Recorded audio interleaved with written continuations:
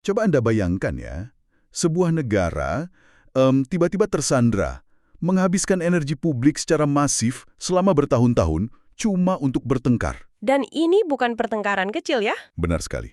Dan bukan karena ancaman militer dari luar loh, bukan juga karena krisis ekonomi global yang tiba-tiba menghantam, tapi karena selembar kertas. Ah iya, selembar ijazah. Tepat. Hari ini, di sesi penelusuran kita akan membedah bagaimana sebuah masalah administratif biasa, ya selembar ijazah ini, bisa bermutasi jadi semacam senjata penghancur massal di opini publik. Sangat menarik, karena secara logika kalau Anda diminta menunjukkan dokumen, ya prosesnya berhenti saat Anda buka laci kan? Terus Anda perlihatkan kertas berstempel itu, selesai. Selesai seharusnya. Tapi di arena politik laci itu terkunci rapat oleh strategi. Dan ini memicu badai hukum yang menyedot tokoh-tokoh besar ke dalam pusarannya. Nah, selamat datang di sesi bedah mendalam kita kali ini. Untuk Anda si pembelajar, kita akan membongkar anatomi dari kontroversi publik yang sangat kompleks ini. Tapi tunggu sebentar. Sebelum kita menyelam lebih jauh, kita harus menetapkan parameter diskusi ini dengan sangat eksplisit. Ini penting. Silakan, silakan. Jadi, materi sumber kita hari ini adalah sebuah transkrip wawancara dari saluran YouTube official iNews. Dan Anda, para pendengar, perlu tahu bahwa posisi kita berdua di sini sepenuhnya netral. Kita tidak berafiliasi secara politik sama sekali. Betul, nol afiliasi. Iya, kita tidak memihak dan kita sama sekali tidak bertujuan untuk memvalidasi atau membantah kebenaran klaim dari pihak manapun di dunia nyata. Tugas kita di sini murni sebagai analis dekonstruktif. Jadi kita cuma menguliti argumennya saja ya? Tepat sekali. Kita akan melihat taktik pembuktiannya, kerangka narasinya, yang secara spesifik ada di dalam sumber itu saja. Kita ingin paham bagaimana elemen-elemen ini bekerja secara mekanis. Oke, jadi misi kita hari ini jelas ya. Melacak bagaimana isu dokumen ini bisa melebar dari sekedar taktik pembuktian hukum, lalu memicu efek domino dugaan pencemaran nama baik, sampai berujung pada tarik ulur antara prosedur hukum dan kerukunan sosial. Perjalanan yang lumayan panjang ya. Sangat panjang. Makanya kita mulai dari titik nol. Poin sentral yang langsung kelihatan di sumber kita adalah bagaimana pihak yang dituduh, dalam hal ini pihak Pak Jokowi, memilih arena pertarungannya. Nah, pemilihan arena ini sangat krusial. Sangat krusial.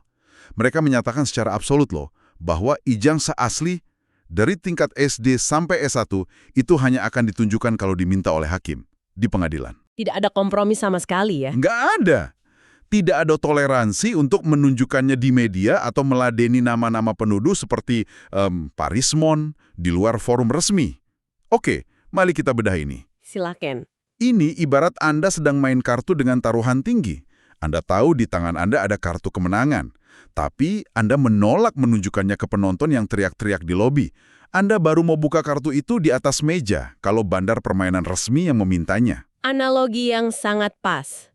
Dan yang sangat mempesona di sini adalah landasan psikologis di balik strategi itu. Mereka kan mendesak agar kasus ini segera P21, ya, dilimpahkan ke pengadilan setelah menggantung hampir setahun. Ya, setahun itu waktu yang lama loh. Betul. Memilih pengadilan sebagai satu-satunya arena itu bukan sekedar ngotot. Karena begini, di ruang publik, pembuktian itu sebenarnya adalah sebuah ilusi. Wait, ilusi gimana maksudnya? Begini. Kalau Anda menunjukkan dokumen di depan kamera televisi atau di media sosial, Anda pikir perdebatan akan selesai? Enggak. Anda justru memberikan amunisi baru buat publik. Oh iya juga ya, pasti ada aja yang dicari kesalahannya. Pasti, orang akan mulai membedah jenis hurufnya lah, meneliti warna tintanya, atau mempertanyakan usia kertasnya. Garis finish pembuktian itu akan terus digeser-geser oleh siapa saja yang punya akses internet.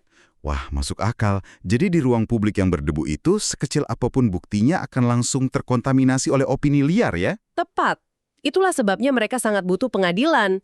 Pengadilan ini difungsikan sebagai ruang steril. Hakim itu filternya dan hukum acara adalah protokol keamanannya. Ruang steril, saya suka istilah itu. Jadi mereka ingin mensterilkan bukti ini dari virus spekulasi publik. Iya, karena ketika palu diketuk di ruang sidang, status kertas itu bermutasi. Dari yang tadinya cuma objek perdebatan warung kopi, berubah menjadi fakta hukum. Ini pendekatan terukur untuk mengontrol kekacauan opini publik tadi. Dan secara mekanis, pengadilan itu kan membalikan beban pembuktiannya. Di ranah publik, pihak yang dituduh sering dipaksa membuktikan kalau mereka nggak bohong.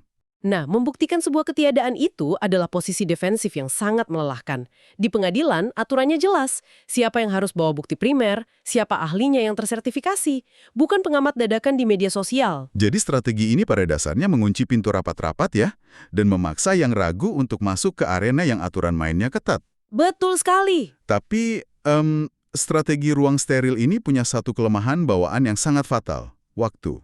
Setuju. Hukum bekerja dengan ritme yang sangat lambat. Sangat lambat. Menunggu status P21 itu bisa berbulan-bulan, bahkan tahunan. Dan Anda tahu kan, alam semesta itu benci ruang kosong. Ketika ada kekosongan fakta hukum selama setahun dari ruang steril itu, Ruang itu langsung diisi oleh rumor baru. ya, yang makin liar. Vakum informasi ini bekerja kayak pusaran air. Dia menarik pihak-pihak lain yang awalnya sama sekali nggak terlibat. Nah, disinilah bagian yang sangat menarik, efek domino. Efek domino yang menyeret mantan wakil presiden kita. Betul, Pak JK tiba-tiba terseret dan akhirnya melapor ke polisi. Karena vakum informasi ini kan butuh mangsa baru buat jaga momentum perdebatan. Dan dalam transkrip sumber kita, ada sebuah tuduhan yang sangat spesifik diarahkan ke Pak JK, bahwa beliau mendanai sebuah operasi senilai 5 miliar rupiah. 5 miliar? Wow. Iya, 5 miliar rupiah untuk menyelidiki atau mencari celah terkait ijazah Pak Jokowi. Ini bukan lagi sekedar nanya kertas ini asli atau palsu loh.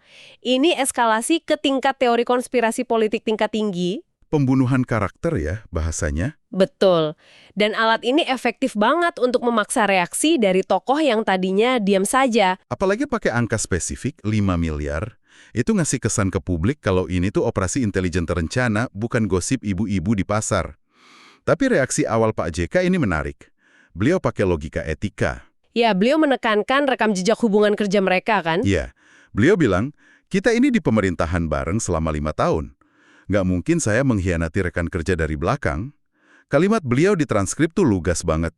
Kalau saya tidak suka, saya katakan tidak suka. Beliau memang dikemang punya brand politik yang frontal ya, pragmatis dan langsung ke intinya. Jadi tuduhan main belakang begini sangat berlawanan dengan profil publiknya. Tapi tunggu dulu. Disinilah saya mau memberikan sedikit tantangan analitis. Oke, silakan. Di telinga orang awam, kalimat "saya tidak mungkin mengkhianati teman" itu terdengar solid. Tapi di dunia politik tingkat elit, kawan kan bisa jadi lawan dalam hitungan hari. Oh, sejarah politik penuh dengan mantan sekutu yang saling menjatuhkan. Nah, itu dia. Jadi pembelaan yang cuma bersandar pada klaim etika personal itu sebenarnya cukup rapuh secara logis. Apalagi buat ngebersihin nama di mata publik yang udah sinis. Dan saya rasa Pak JK sendiri menyadari kerapuhan argumen etika itu. Terlihat di transkrip bahwa beliau tidak berhenti di situ saja. Beliau ambil langkah taktis ya, lapor polisi. Orang tua yang tersinggung, ini adalah tameng taktis. Beliau memindahkan pertarungan dari debat moralitas ke ranah hukum pidana. Oh, ini brilian sih. Ada detail taktis dari iNews yang nyebutin soal respons pihak penuduh setelah dilaporkan. Penuduhnya kan coba bikin narasi bantahan, tapi ada celah logikanya. Celah logika di bagian mana? Si pelaku ini cuma membantah, membuat narasi tersebut. Mungkin alasannya itu editan orang lain atau manipulasi digital. Tapi dia tidak secara eksplisit membantah isi dari tuduhan 5 miliar itu. Saya paham. Distingsinya sangat vital di situ. Iya kan? Menolak status sebagai si pembuat konten itu jauh beda dengan menegaskan kalau transaksi 5 miliar itu fiktif. Dan distingsi itu menguntungkan pelapor. Pak JK bisa mengunci narasi bahwa ini jelas kebohongan yang sengaja diedarkan, terlepas dari siapa kreator pertamanya. Betul. Dan ada satu manuver lagi yang krusial. Isolasi. Pak JK tegas bilang kalau dia sama sekali nggak koordinasi dengan Pak Jokowi soal laporan polisi ini. Ini menarik, memutus rantai perkara ya? Iya, seolah beliau bikin garis batas yang tebal.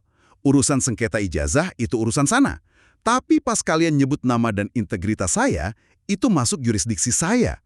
Jadi, kasusnya nggak tenggelam sama isu ijazah utamanya. Ini contoh klasik bagaimana elit politik mengelola krisis ya. Mereka pastikan kerugian dari satu pusaran nggak menular ke pusaran lainnya. Tapi ada pergeseran perspektif yang sangat tajam dari Pak JK di sini. Oh iya, bagian mana itu? Di satu sisi, beliau kan kaku dan agresif banget pakai jalur hukum di kepolisian untuk martabatnya. Tapi pas ditanya soal isu ijazah secara keseluruhan, beliau malah menawarkan pendekatan yang sangat makro. Dan ini bertolak belakang dengan pendekatan prosedural. Oh, saya ingat bagian ini. Ini ironi yang cukup tajam. Beliau lagi tarung di jalur hukum, tapi secara bersamaan mengekspresikan rasa frustrasi yang luar biasa soal biaya sosial dari kasus ini. Betul. Beliau menyoroti bahwa kasus ini sudah berlarut-larut 2-3 tahun. Kalkulasi kerugiannya masif. Nggak cuma soal uang miliaran buat bayar pengacara ya. Bukan cuma itu, yang lebih parah itu kerugian pada tatanan karakter nasional kita. Masyarakat terbelah, caci maki di internet jadi hal lumrah. Polarisasi ini mengakar kuat hanya karena satu dokumen. Jadi, apa sebenarnya makna dari semua ini? Biar lebih gampang, saya pakai analogi lagi buat pendengar kita. Silahkan, analogi selalu membantu. Bayangkan ada rumah tangga yang bertengkar hebat selama 3 tahun cuma karena remote TV yang hilang. Anda sebenarnya punya remote itu di kantong Anda. Tapi Anda menolak ngeluarin sampai ada rapat keluarga resmi. Rapat yang entah kapan diadakannya. Iya. Pertanyaannya, di titik mana Anda akhirnya mutusin, udahlah ini remote-nya, mari kita berhenti bertengkar. Karena keluarganya udah mau hancur nih. Dan itulah yang ditawarkan Pak JK. Solusi yang sangat pragmatis. Beliau bilang, hentikan semua proses hukum yang rumit ini. Pak Jokowi tinggal perlihatkan ijazah aslinya ke publik bulan ini juga, dan kasus selesai seketika. Tapi masalahnya solusi itu kan secara fundamental nabrak strategi ruang steril yang kita bahas di awal tadi. Tepat. Jika kita hubungkan ini dengan gambaran yang lebih besar, kita melihat benturan dua filosofi utama. Kebenaran hukum prosedural melawan harmoni sosial pragmatis. Wow, kebenaran hukum prosedural melawan harmoni sosial pragmatis. Ibaratnya, kita lagi lihat gedung yang mulai kebakaran.